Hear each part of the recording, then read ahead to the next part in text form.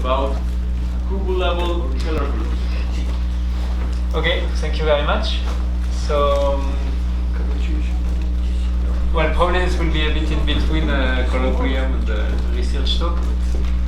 Please ask questions if you have questions.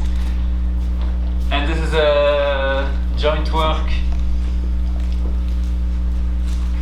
with Thomas Delzan, and it's the same Delzan that appeared in the previous talk.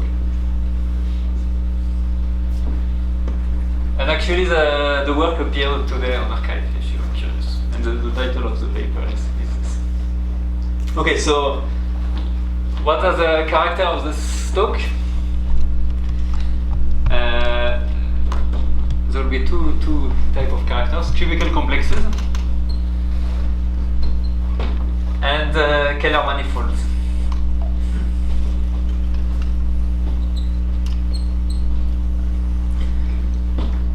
So the first thing I want to do is to spend some time explaining what is this. And this is something which has existed for I don't know, 30 years or 35 years, but which has been very important recently in geometric group theory and in three-dimensional topology.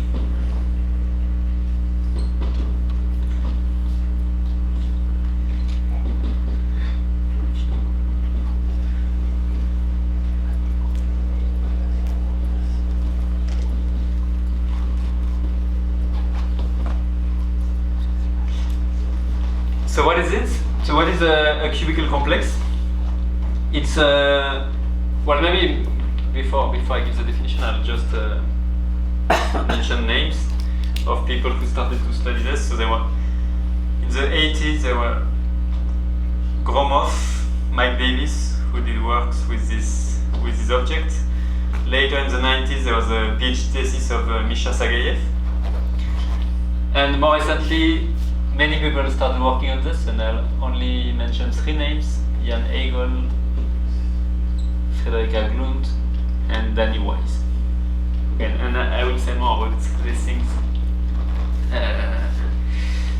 a bit later in the talk. So what is a cubical complex? It's a polyhedral complex, a special type of polyhedral complex. It's a space obtained by gluing cubes, Euclidean cubes, isometrically along faces. Okay, so maybe I will give a slightly more formal definition in a minute. So just the simplest example you can imagine is just take a graph. A simplicial graph. It's a cubical complex where all cubes are one-dimensional. Okay, this is, you just declare that all these edges have length 1, so you can identify this with the interval 0, 1 in R. And two distinct cubes are just identified by gluing them at one of the endpoints. So you don't care about non-positively curved? Well, eventually I will so care. So it's not Ket0? No, eventually I will care. For the moment, I'm just defining what is a cubical complex, and later I will talk about Ket0 cubical complex. Okay, so in general, what is a cubical complex? It's something which is for me, a cube, it will be something which is I don't know if I really need it, but like cubes, their edges will have length 2. So a cube of dimension 1, it will be like -1, 1 in R. A cube of dimension n, it will be -1, 1 to the n. And imagine that you have a collection of cubes, and you take the disjoint union, and you do some gluing to get the space X. So I just write here an equivalence relation, which is a gluing, and I say that this is a cubical complex if the gluing satisfies that each cubes inject in the quotient, and if the images of two cubes intersect, then the intersection of the images is a face of each of the cubes. Okay, and the identification is isometric. So on the spec vertices. On the spec vertices. Yeah, but it follows from, okay, so I have a disjoint union of cube modulo some relation. I say that X is a cubical complex if two things, each cube C alpha embeds in X. Okay, I'll call P the projection. And if two cubes intersect, then there exist faces. There exists a face F alpha of C alpha, there exists a face F beta of C beta, such that if I take two, and there exists an isometry between my two faces,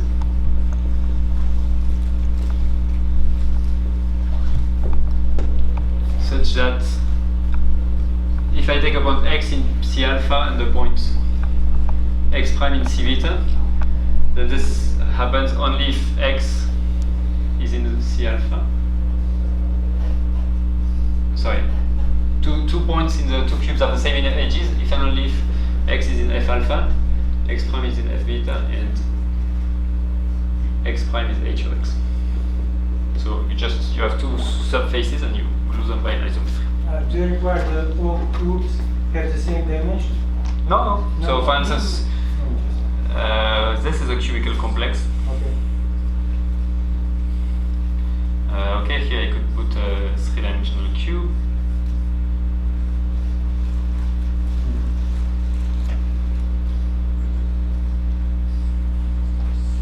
Etc. Okay.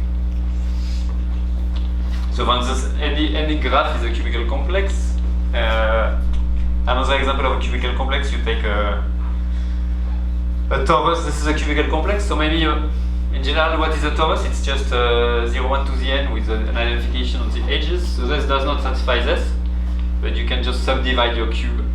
Okay, so maybe the cubical structure is not the one you think at the beginning, but you can subdivide. Okay, and maybe just to simplify it, I will always assume that these spaces, they are finite dimensional, meaning that there is an n such that all the cubes that appear here are of dimension at most.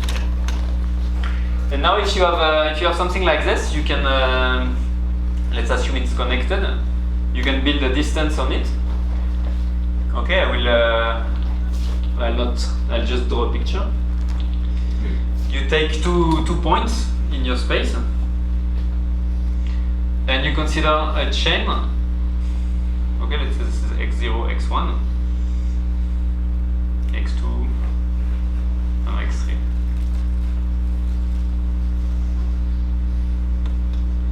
Where you assume that any consecutive points are contained in a cube, and you can measure the length of this chain. It's just the length of the distances inside the cube, and now you can take the infimum of all possible chains. Okay, and this is a distance. So the distance from a point x to a point y is something like an infimum of something like this, where y is xn plus 1, blah, blah, blah. Okay, and any two consecutive points are contained in a single cube. So for instance, it's not very difficult to see that under this hypothesis, this distance it's always complete and geodesic. If you take any pair of points, there's a geodesic segment which goes from 1 to 0. So now, so now I will talk about curvature. So if I'm just talking about one-dimensional cubical complexes, these are just graphs, and there's a particular type of graph that we like very much. Okay, inside all graphs you have trees. Okay, so these are just graphs which are simply connected, but there is no loop. And so now you want to ask what is, if I look at all cubical complexes,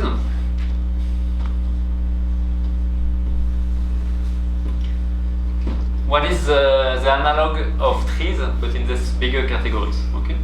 And it's something that that is called a cat-zero cubical complex.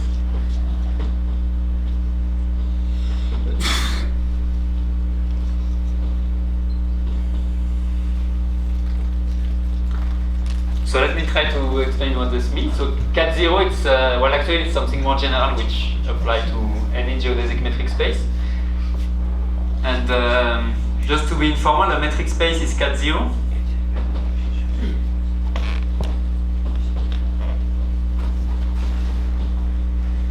Saying that a metric space is cat-zero, it's you should think of it as a notion of curvature, but for metric spaces. Okay, it's saying that the space has non-positive curvature.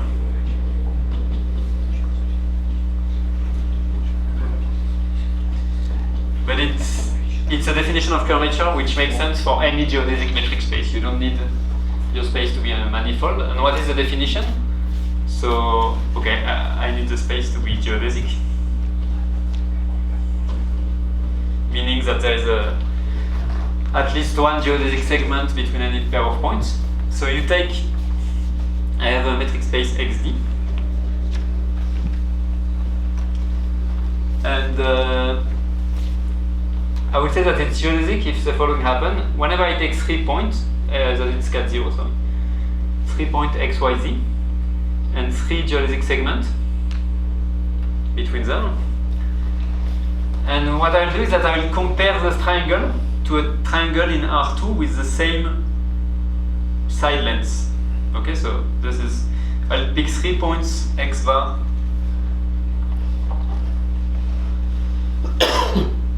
Y bar, Z bar, such that this has the same length as this has the same length, and this has the same length. Okay, so this picture lives in X, and this lives in R2.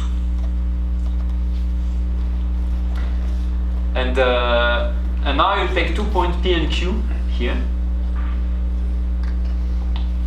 and I'll take 2 points P bar and Q bar here, which are at the same relative position as P and Q. Okay, this segment here has the same length as this segment, and the same here.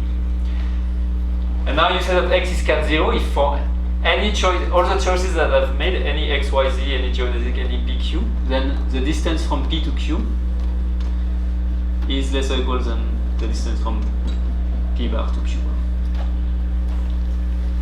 So it says that in some sense the distance in X is more convex than in R2. Or if you wish that triangles are thinner than, they are more like this. I mean, triangles look like this. They are thinner than in R2. They're not something like this, like this.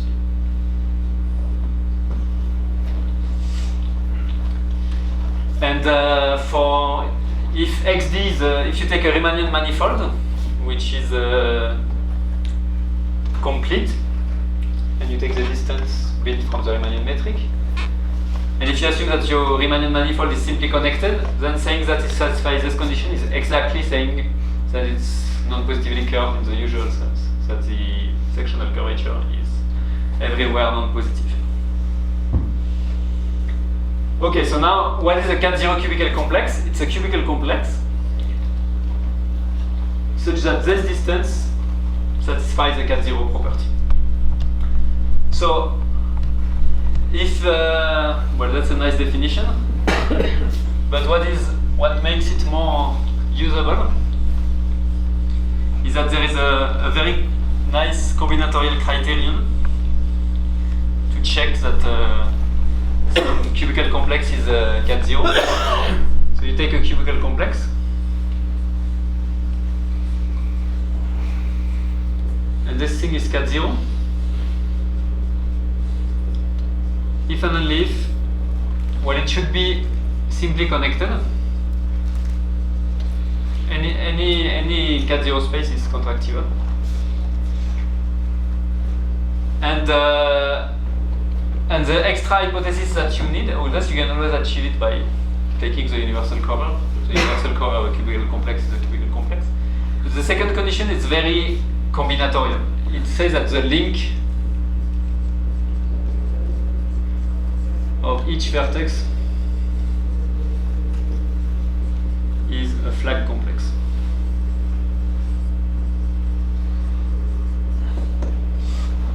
So what does this mean? And this is a theorem due to Gromov. I will not put a date because I don't really know. It's maybe 30 years old. So what is the link of a vertex? I have a vertex of my complex, and each time I have an edge going out of the vertex, I'll put each edge will give me a vertex. Okay, and if I have two edges which are part of a square, I'll put an edge. Okay, and if I have if here I have a three-dimensional cube,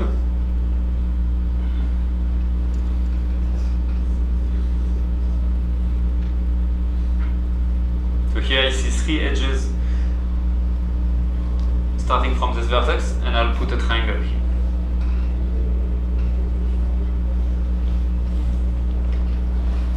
So the link of a vertex, it's a simplicial complex, an abstract simplicial complex. Okay, and what does it mean that a simplicial complex is a flag complex? It means, for instance, that whenever you have three vertices which are pairwise adjacent, there's a triangle with these three vertices in them. Okay, meaning if saying that a simplicial complex is a flag complex, it means that if you see from the three vertices and you see this edge, this edge, this edge, then there is a triangle.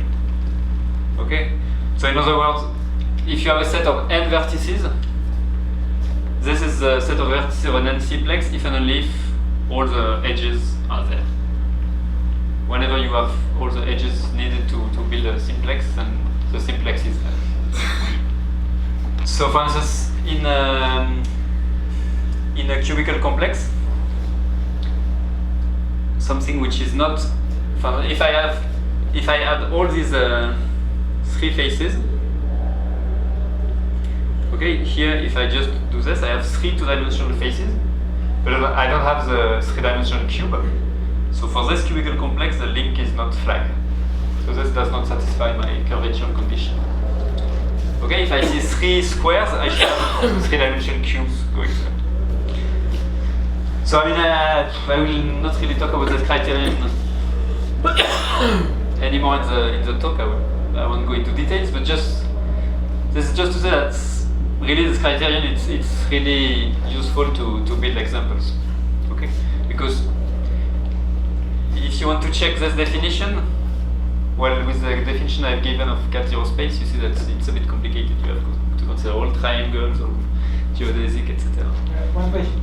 So if you have this picture, you did not see the triangle. You just see three edges, three lines. In the link, yes, three segments. Okay. Yeah. So here the link is like this, and it's not flag because I have three vertices which are pairwise adjacent, but the triangle is missing. Okay, so now the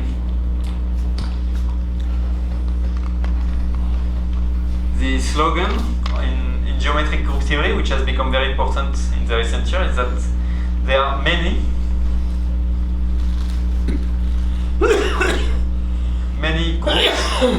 groups which appear in geometry, topology, geometric group theory, which act on cat-zero cubical complexes.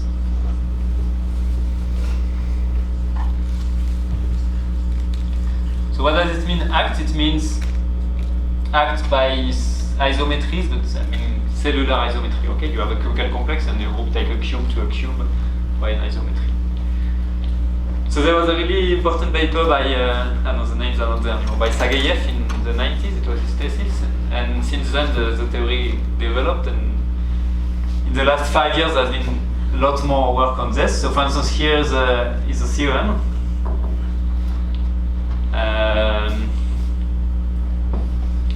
I'm not really an expert about this, but I'll just mention the theorem to you. Take M, which is a hyperbolic stream manifold, closed hyperbolic stream manifold. So it's a quotient of real hyperbolic free space by the action of a discrete co-compact group, which acts freely. So a closed hyperbolic stream manifold. Then, okay, maybe I'll put the names. So this is due to Bergeron and Wise, but it relies on work by Kahn language.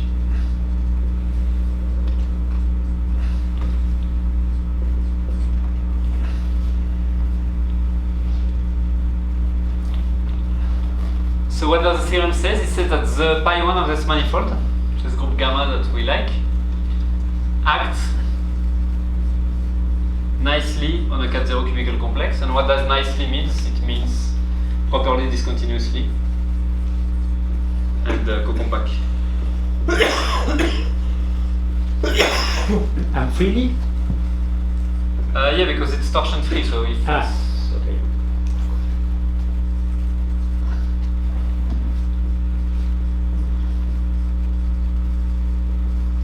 Okay, and even if you're a topologist who doesn't care about these singular spaces such as cubical complexes, I will tell you two applications. No, I mean they're not direct applications, but they're in the same line of works which appears in the last 5 years. So using this plus work of Jan Hegel, it was proved two things, that any M like this, any hyperbolic stream manifold, closed hyperbolic stream manifold, is virtually Eichen, meaning, okay, it has a finite core which contains an embedded pi1 incompressible surface. So it was really an old conjecture in three-dimensional topology. And another, well, if you don't know about this, it doesn't matter, but another maybe more concrete thing, any M like this has a finite cover, M1, which fibers over the circle.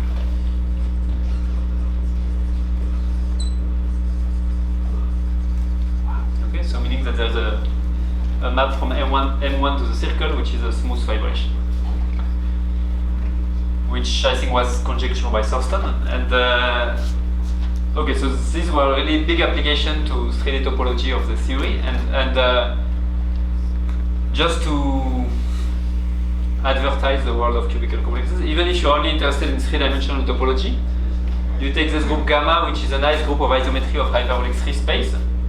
To prove these things, you have to forget a little bit about hyperbolic free space, but you have to let your gamma act on a cubical complex, which is not a manifold anymore like H3, which maybe is not three-dimensional but 27-dimensional. Maybe it's much bigger, and it's singular. Okay. But really, these complexes they play really an important role in the proof of this one. There is no other proof so far. Okay, so what I want to talk about now is a completely different world, a different class of groups. And I want to ask whether they can act on a cat-zero cubical complex.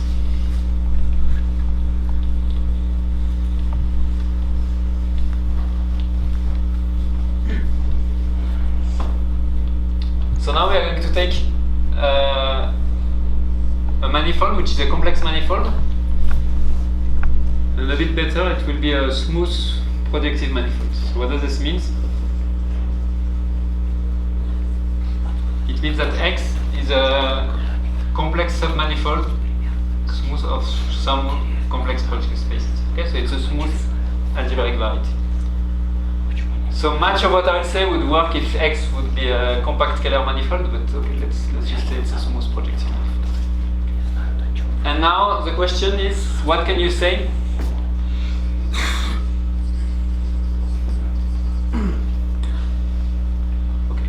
what can you say about pi1 of x? So if you have a closed manifold, I mean real, then its fundamental group is always a finitely presented group. So in particular, this is a closed real manifold. It is a finitely presented group. But what else can you say?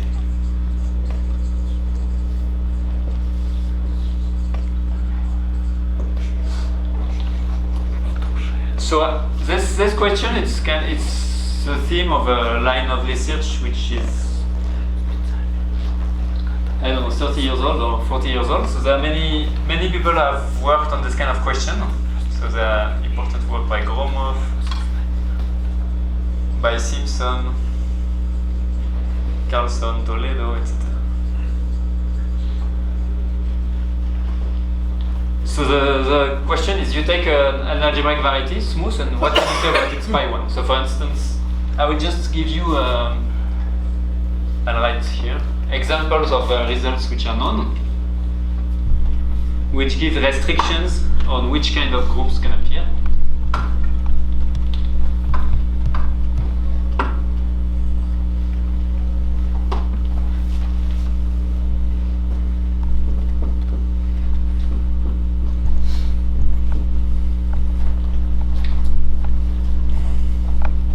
So if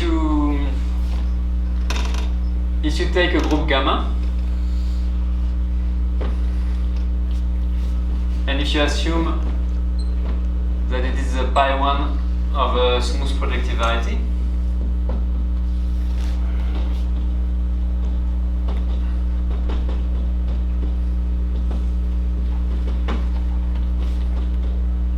then first its first Betti number should be even. Okay, what is its first Betti number? It's just you look at the abelianization of gamma modulo its derived subgroup. This is a finitely generated abelian group. So there is a torsion part and there is a part which is isomorphic to the n, and this is the n. Okay, so this is the rank of gamma modulo its derived subgroup. Okay, this is like the n plus some torsion, and this is the n. And why this is true? This is a quite easy consequence of Hodge theory, because this B1 of gamma, if gamma is the pi1 of x, it's also the B1 of x, and this is even by classical Hodge theory. And just to mention another result, for instance, is that gamma cannot be 3. It cannot be a free group. So, and this is an easy exercise for you. So if the free group has odd rank, it follows from this. And if the free group has even rank, it's an exercise in covering space theory. Because if you take the pi1 of a projective manifold, any finite index subgroup is also the pi1 of a projective manifold. You can take a finite cover. And if you have a free group of even rank, for instance, at F2, you can always find something of finite index, some subgroup of finite index, which is free of odd rank. So essentially playing with this, you get the second restriction for free. And maybe a third restriction, I mean there are many other things, but for instance, SL and Z cannot appear, okay? The group gamma cannot be isomorphic to SL and Z. And I guess this is due to Simpson for n at least 3. Okay, so these things are not so recent, but now there have been there have been several works recently about this kind of question, but which were influenced by ideas of geometric group theory. So mainly it was under the influence of Gromov and also Delzon.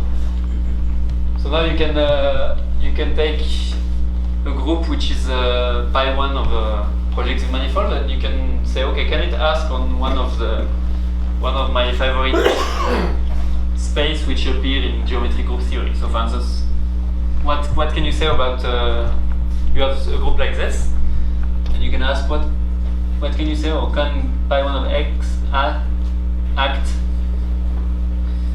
on a cat 0 cubical complex?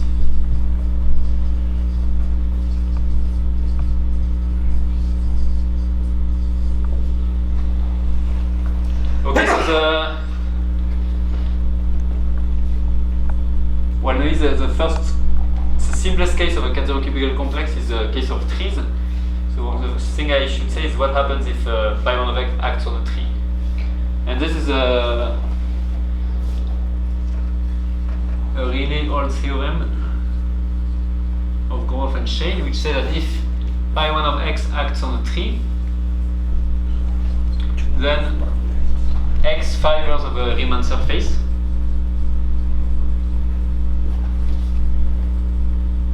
meaning you have a holomorphic map from your x to a Riemann surface with connected fibers.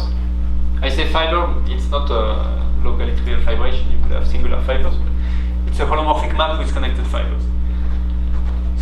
So there's a map to a Riemann surface, so there is a map from pi 1 of x to the fundamental group of the Riemann surface, and essentially, I will not write the statement, but essentially the action comes from the pi 1 of the Riemann surface. So you kind of understand this thing. And what we proved with Thomas de Zank, I will not give a complete answer to this, but at least what can you say if pi 1 of x acts geometrically on a cat 0 cubical complex, meaning properly discontinuously and co-compactly. So here is the theorem.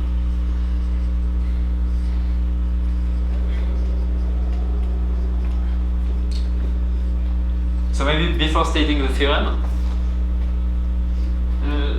let me say that there are examples of this. For instance, if you take example of such actions, you can take pi 1 of a torus. Okay, it's the n, it acts on Rn, preserving a cubical structure. You can show also that pi 1 of a Riemann surface. This is, as we say, cubulable, meaning this group acts properly, discontinuously, co-compactly on the cubical complexes.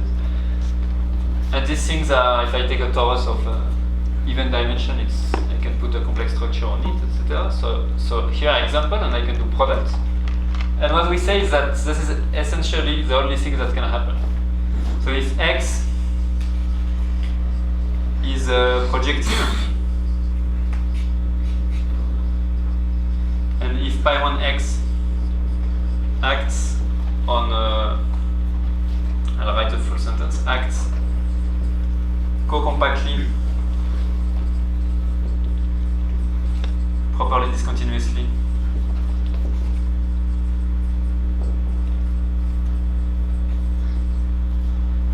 on a cat 0 cubical complex,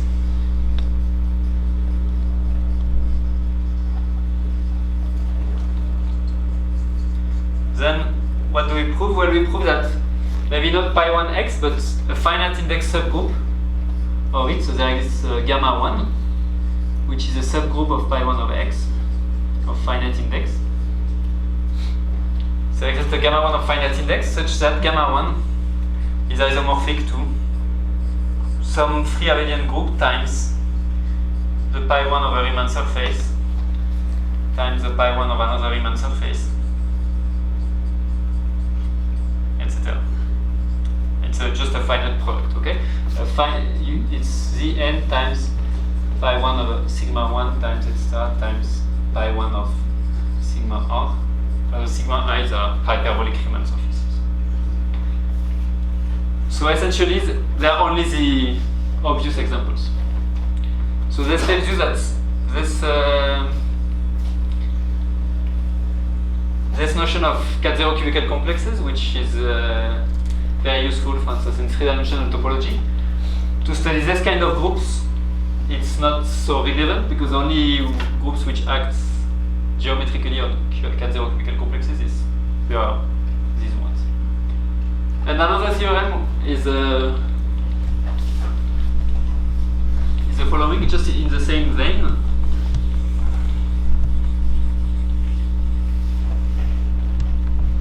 Suppose that you have a projective manifold and you still make the same assumption. So here I've said, okay, the group is made like this. Up to finite index, it's a product of surface groups and abelian groups. But now what about X, the manifold? What can I say about it? So we can also say something about this, and this is maybe even nicer. So let's call this theorem B, or 2.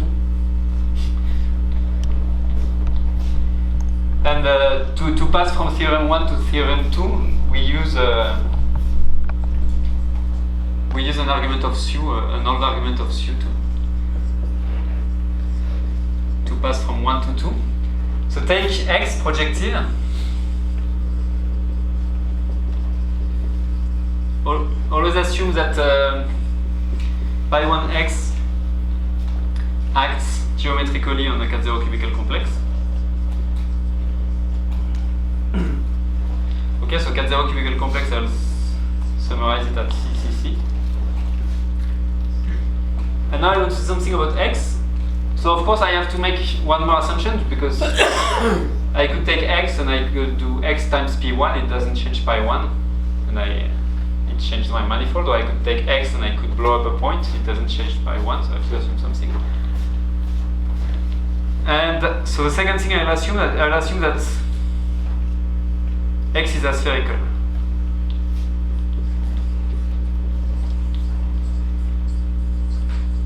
Meaning that the universal cover of X is contractible.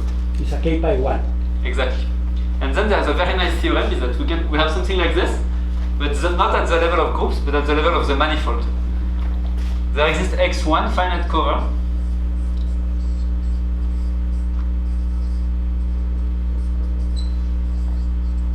such that X1 is biholomorphic. Okay, so you see that we have improved a bit.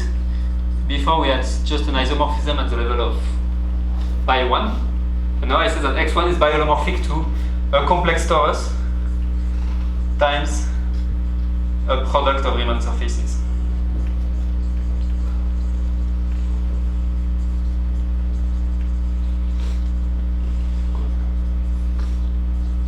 So actually it's really nice.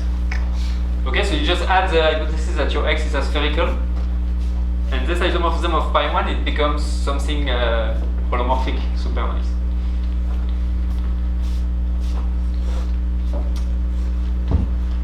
Okay, so I have 20 minutes left if I'm not mistaken. So what can I say about the proof of these things, or maybe the history of how we arrived at this?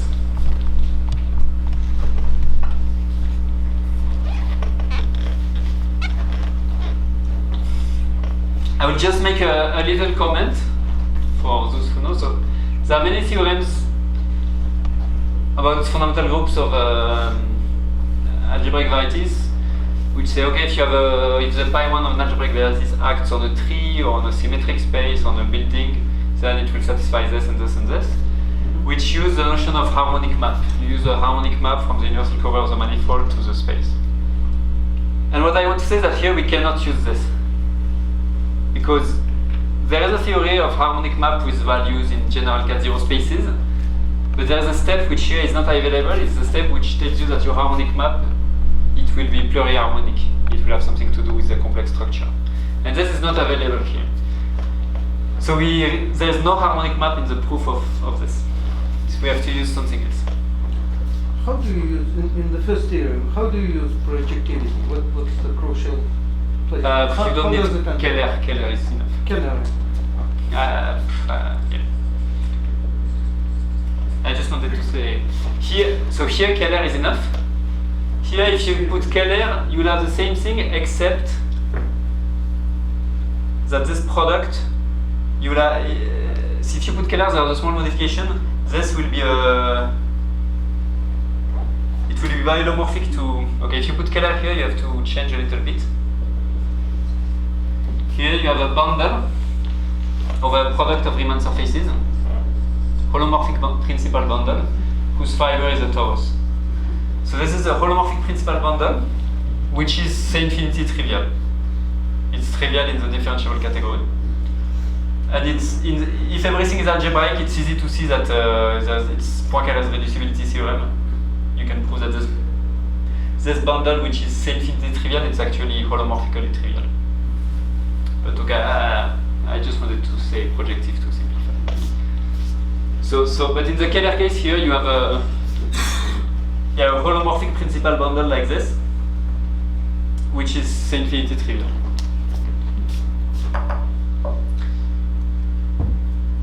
Okay, so now I have to choose what I'm going to say next.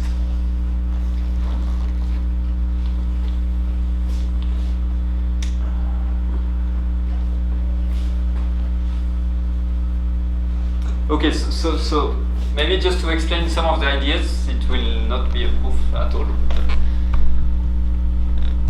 I just want to explain something, which is why cat zero cubical complexes, it is something which has to do, so they have to do, well, it's not a precise statement so far, but with ends, the notion of ends in topology, of groups, or rather, what is more suitable here, or of pairs of groups.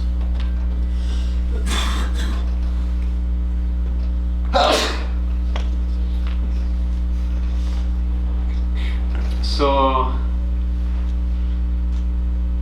okay, what do I want to say?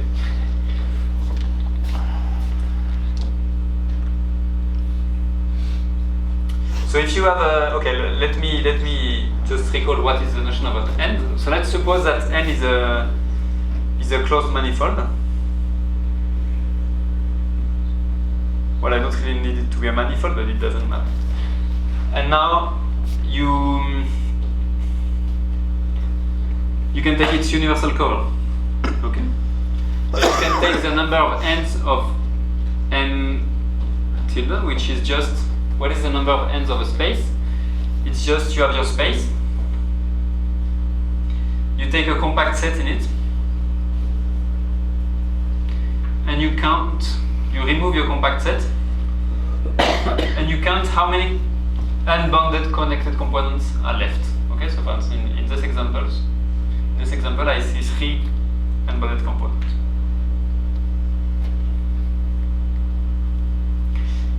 And maybe here I see 3, but it could be that this number increase if I change my compact set. Okay, if my space is like this.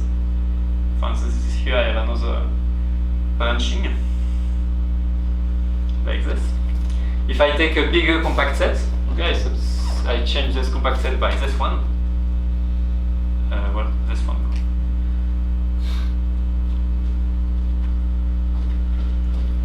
Well, in the complement of this red compact set, I see 4 components. Okay, 4 unbounded components. So the number of ends of a space, it's the maximum of this. I take all compact sets. I take a compact set, I remove it, I count how many unbounded components are left, and then I take the maximum of this over all compact sets. Is this number always finite? No, it could be infinity. I mean, just imagine a tree. So now, if you do this for the space, which is the universal cover of a closed manifold, you can show that this number, okay, I have not written the definition, but I've said it, it actually only depends on pi 1 over m.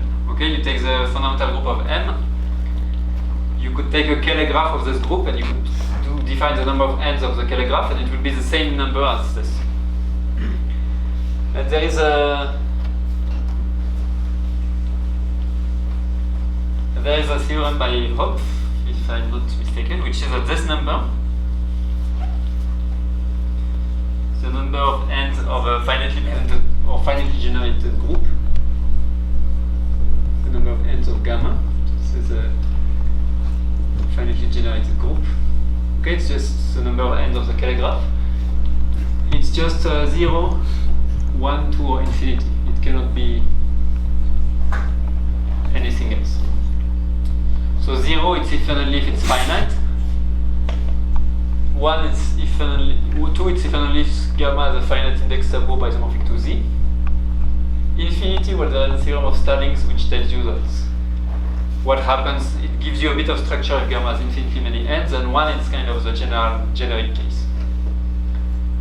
And now there is something else you can define. Let's say that you have a closed manifold, and now you take an intermediate cover, not a universal cover, but which is infinitely sheeted. Okay, M1 is open. Okay, so a cover, it corresponds, here I have the pi1 of M. A cover of M, it's the same thing as a subgroup of gamma. It is determined by a subgroup. So you can also define the number of, well, you can look at the number of ends of M1, and you can show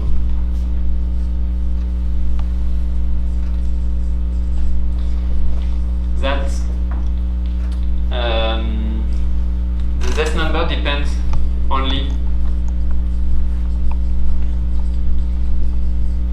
on the pair H gamma, okay, gamma plus the subgroup H. And actually it's the number of ends of a Schreier graph of gamma modulo H. Okay, so why am I telling you all of this? Well, maybe just one example, just to say that if I look at covers which are not the universal covers, this can be any number. Just I give the example, it's an exercise in topology for the students. Take a surface.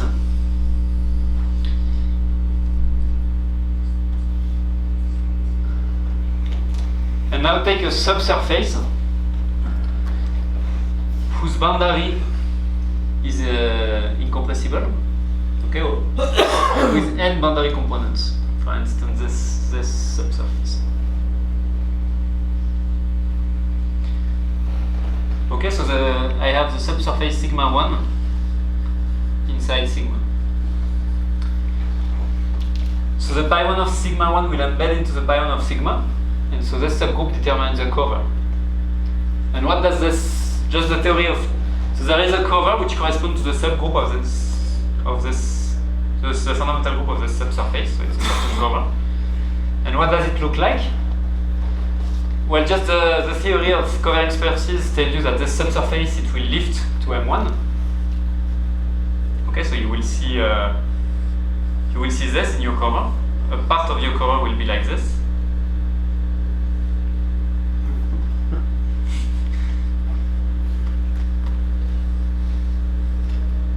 Okay, M1 contains this, and actually you can show that the cover is just, the rest of M1 is just this, cylinders. Okay, so once here I've built a cover with 4 ends, and you can do this with any number. So just to tell you that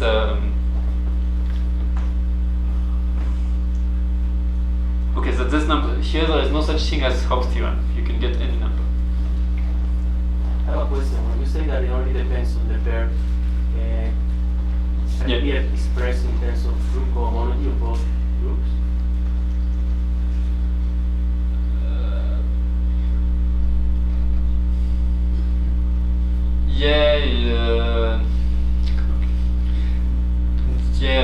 Something with value in Z mod 2Z you can express. For instance, for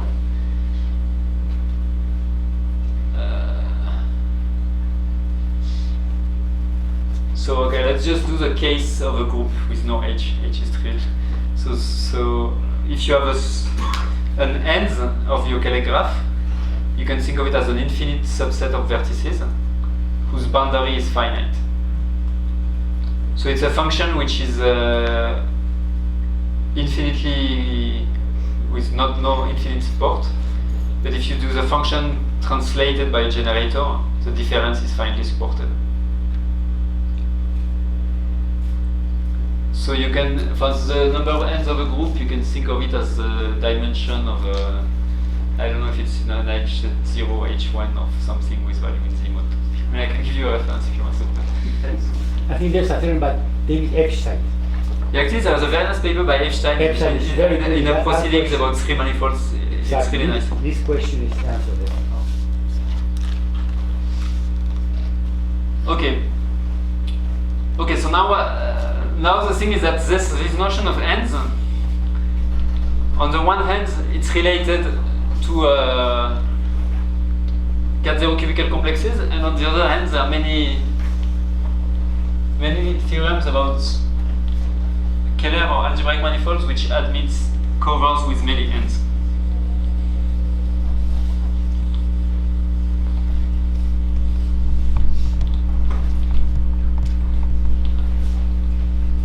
So this number here, I said it totally depends on the pair, so this number I'll call it E of gamma H. It's called the number of relative ends of the pair. And essentially in his thesis Sagayev, he proved that gamma acts on a cat zero cubical complex. So here I need to put some hypothesis. So you have to say something on the action. Okay, it could act on a cat zero cubical complex, which is a point. Well, so I have to say essentially. I don't want to define what it is. If and only if there exists a subgroup such that the number of relative ends is at least 2. So this in general is called the subgroup of codimension 1. So if you have the pi1 of a closed manifold for which acts on a cat zero cubical complex, essentially, then you will have a cover of your manifold which has at least 2 ends. And on the other hand,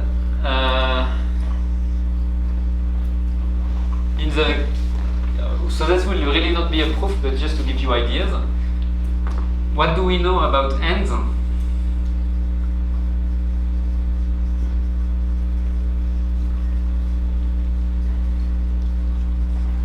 In the Keller world, or in the world of pi1 of algebraic variety.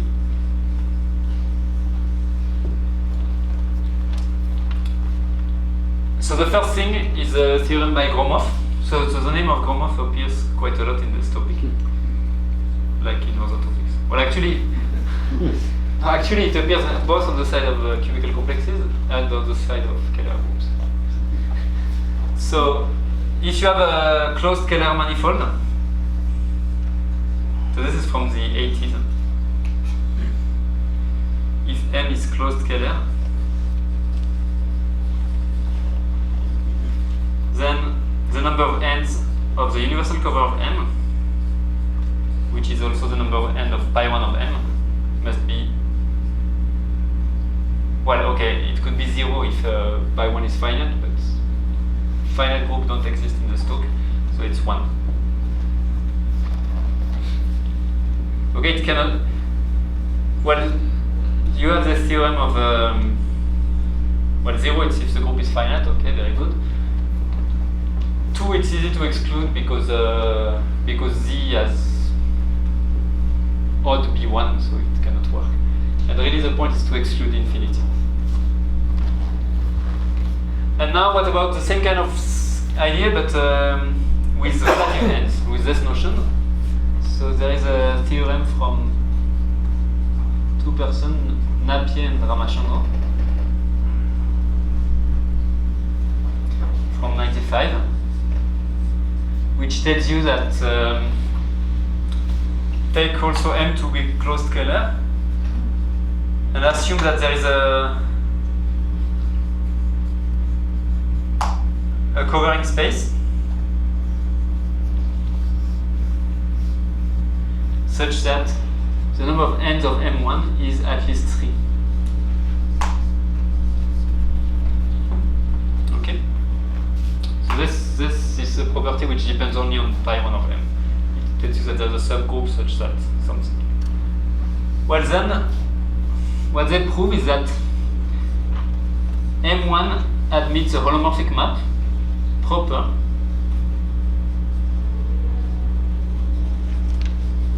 to a Riemann surface. Okay, so if you have a non-compact space, you have a proper map. So you have your Riemann surface, which is maybe open, and maybe it has 3 ends, or I don't know. And you have a proper map, so the fibers are compact, so really the number of ends of the 2 spaces are the same. So what they say is that if you have a cover with many ends, then it should come from a Riemann surface. And here there is another trick also in the Keller world which tells you that, which is really useful, that if you have a map like this, you could say, okay, it's a map, but it's not equivariant. It doesn't come from a map from M to a closed Riemann surface. But actually, it always does. Or if you have a map like this which is proper, it will always descend, maybe not to M, but to a finite cover. So you will find a finite cover of M which has a map to a closed Riemann surface. Okay, so here you have 2 and here you have 3. So this is the reason why maybe our theorem is not trivial. If 2 was equal to 3, it would be easier. But 2 is not equal to 3. And maybe the last, I just want to, I will not give proof anyway. I will just want to comment on one last piece one last ingredient that we use in the work with Delson.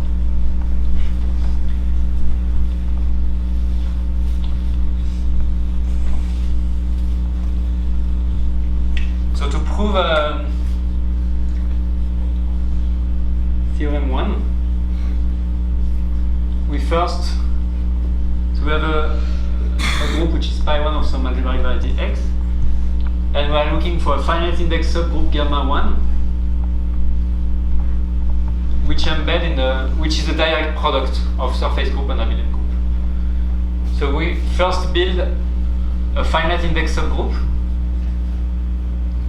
such that gamma 1 embeds into a product like this.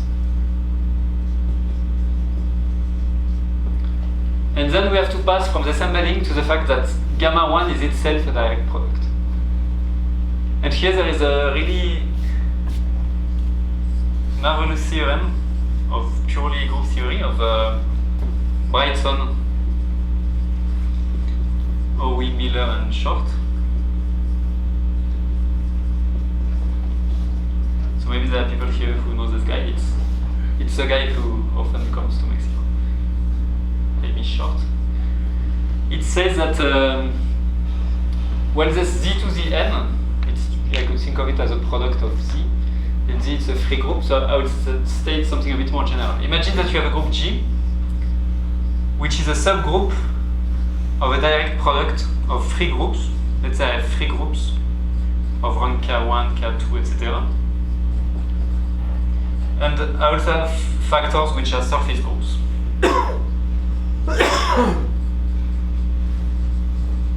Okay, and total I have R plus L factors. I'll call N the number of factors.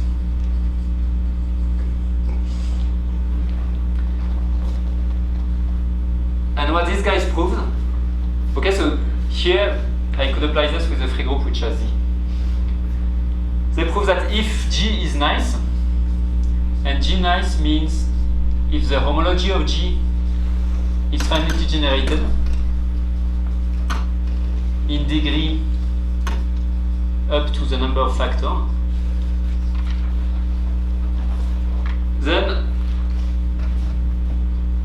G itself is isomorphic to a direct product of at most n factors, which are all free groups or surface groups. Then G is isomorphic to a direct product of free and surface groups.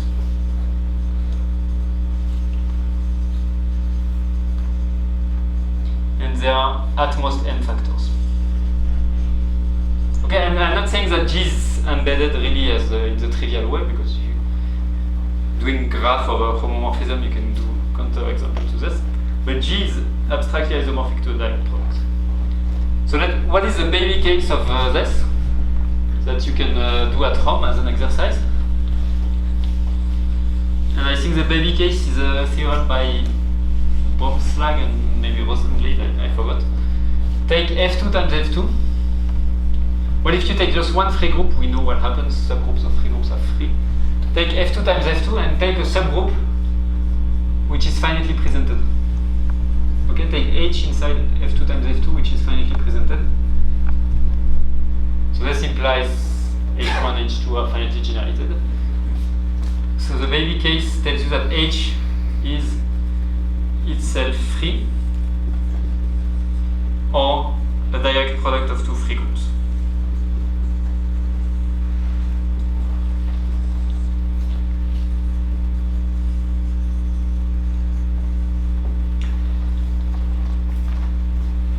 Okay, so just this is the last piece of ingredient that we use. Just one comment. So to prove the theorem, we embed a finite index subgroup into a product like this.